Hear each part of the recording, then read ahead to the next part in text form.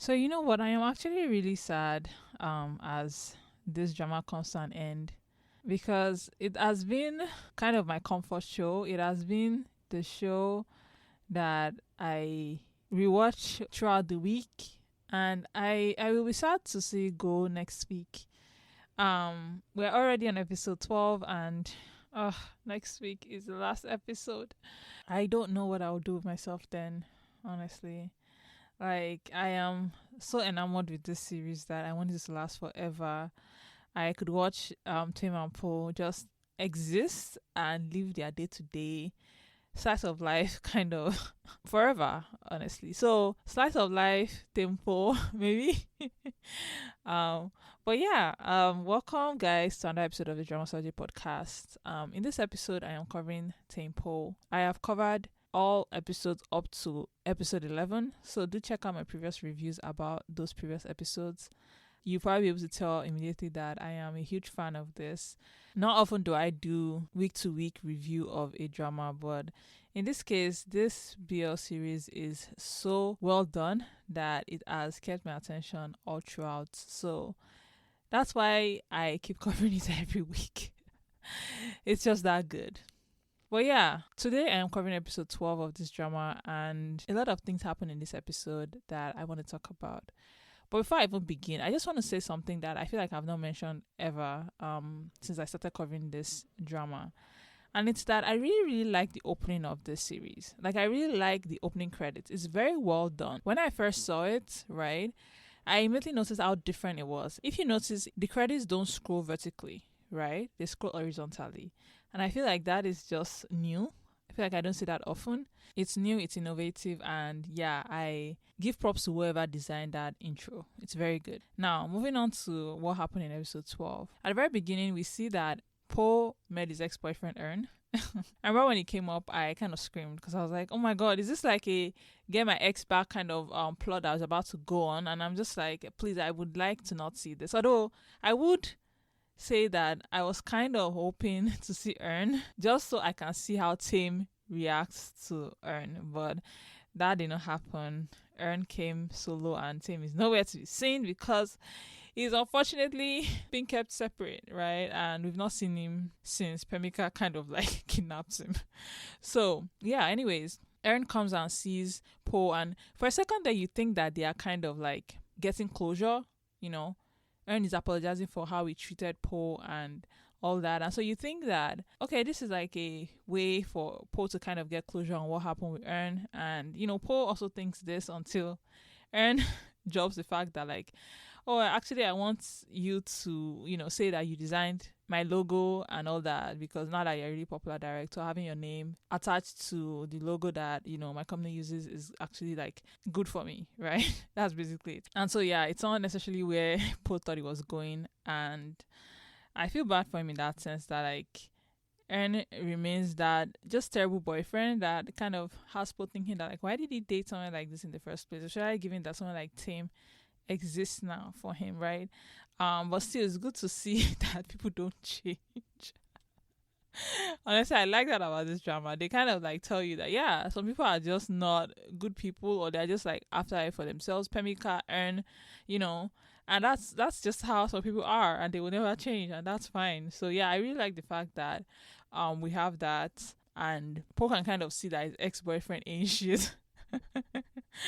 But yeah, anyways, after that, we start to see kind of Paul live his life without him, right? It's seemingly to me very empty. I don't know. There's just something about each scene that feels empty to me because Thame is nowhere to be, like, you know, seen, is nowhere to be found.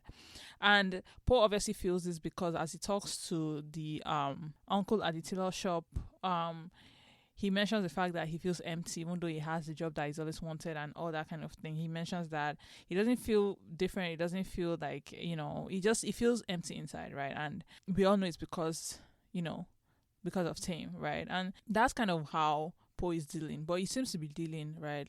Until we see him in his like apartment, right? Where he goes in and he's going through his old stuff with Thame, right? And he comes across the jacket and I guess he misses Thame a bit, and so he puts on the jacket, and that's when he discovers the letter. And then I tell you guys that I have not felt more deeply about something or someone than how I feel about Thame. Because Thame is just a so well written character, and I don't know how else to explain that, but to he's so vulnerable, he's so in tune with his feelings, he's so true to himself that it's sad almost. Like it's a good thing, but it's kind of why he is so easily hurt, or he's so willing to give, right? So we see the scene where Paul starts to read the letter, and that's when you kind of realize, and Paul also realizes that, for Tame, being with his band members, right? Being with Paul, that's what he wants. That's his own dream. That's all he needs, right? He doesn't care as much about, any grand dream, right? He doesn't care about all these extra things. For him, he's had time to think, especially after meeting Paul, and realizing that actually for him, his worth isn't in his fans, his worth isn't in the outside. It's more about the people he knows and the people he cares about, right? And his wish is to keep his group together because he loves them so much, and he thinks that together they can achieve anything if they put their mind to it, right? And so it's a very simple, innocent, almost naive way of looking at things, but also just a thought you can't fault, right? It's a way of thinking that influences people, and you can kind of get a sense of why Tim is the leader of his group, right? And then right at the end of the letter, he mentions how no matter what happens, he hopes that Poe doesn't let go of his hand. And honestly, when I heard that, I almost started crying, because there's just something about that moment, especially given the fact that we all remember the scene of their breakup where Poe essentially and actually lets go of Tame's hand despite Tame begging and begging him hard, right? So that was the moment that I kind of felt Tame's heartbreak all over again, if that makes sense.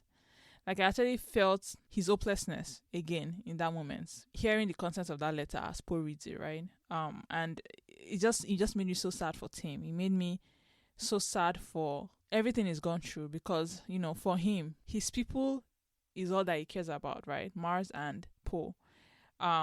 It's interesting to me and kind of ironic when I think about Poe and the fact that he was one to give up on their relationship, because it reminds me so much of June, right? Mainly because June also thinks like this, in terms of the reason why he wanted Tame to go to Korea was because he cared about Tame, and he thought that Tame staying with them was hindering Tame, right? It was hindering a brighter future for Tame, right? And back then it was Paul that kind of helped June see that actually Tame is being selfish by wanting to bring the band back together, right? So it's interesting to me that Paul becomes June in that sense, that he gives up on Tame because he thinks that Tame has a brighter future and he will ruin it, right? Even though he knows also kind of that Tame is being selfish by requesting Paul to continue to be with him, right? So I find it very interesting that Paul knows that, but still decides to kind of end the relationship. And I know it's also because Mars is tied into it, and Paul does not want to be responsible for that as well.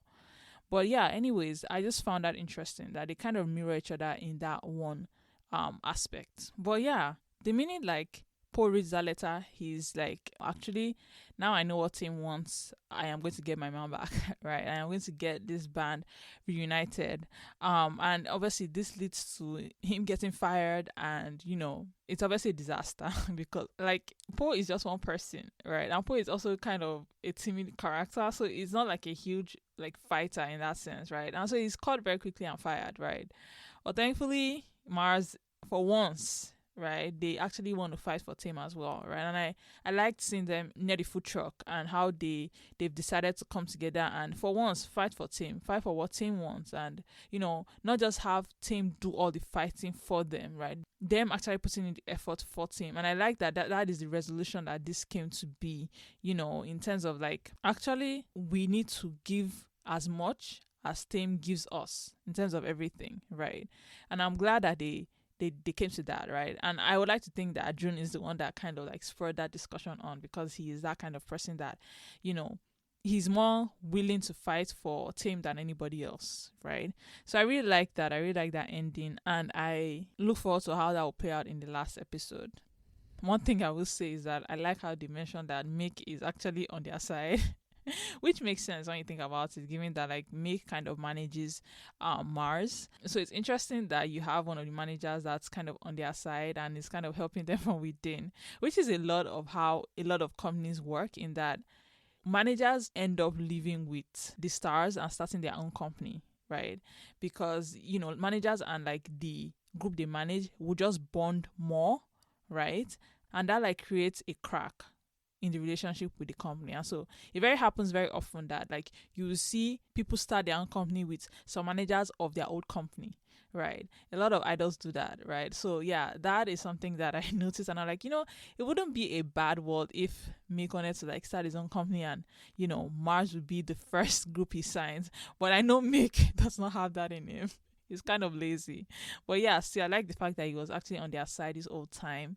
Even from the beginning, I think he knew the relationship between Thame and Po. So that's interesting to see. And I like little things like that where you kind of realize somebody is not all bad, or somebody cares a bit more than they seem to, right? So yeah, I really liked this episode.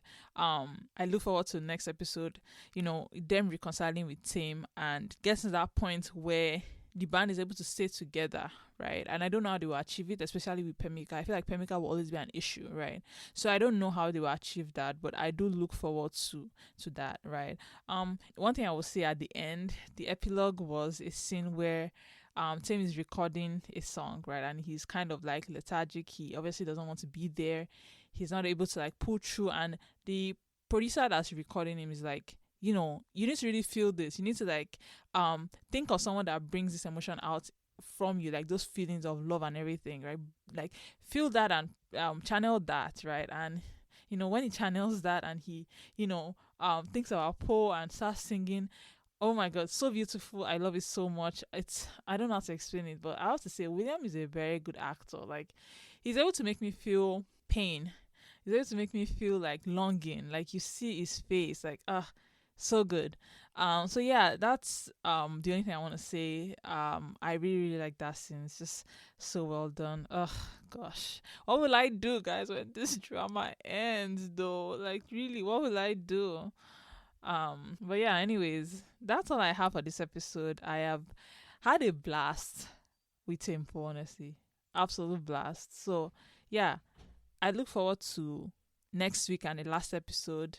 I hope you guys are too. Yeah, anyways, that's all I have for this episode. Thank you guys so much for listening. Have a lovely, lovely one. Bye.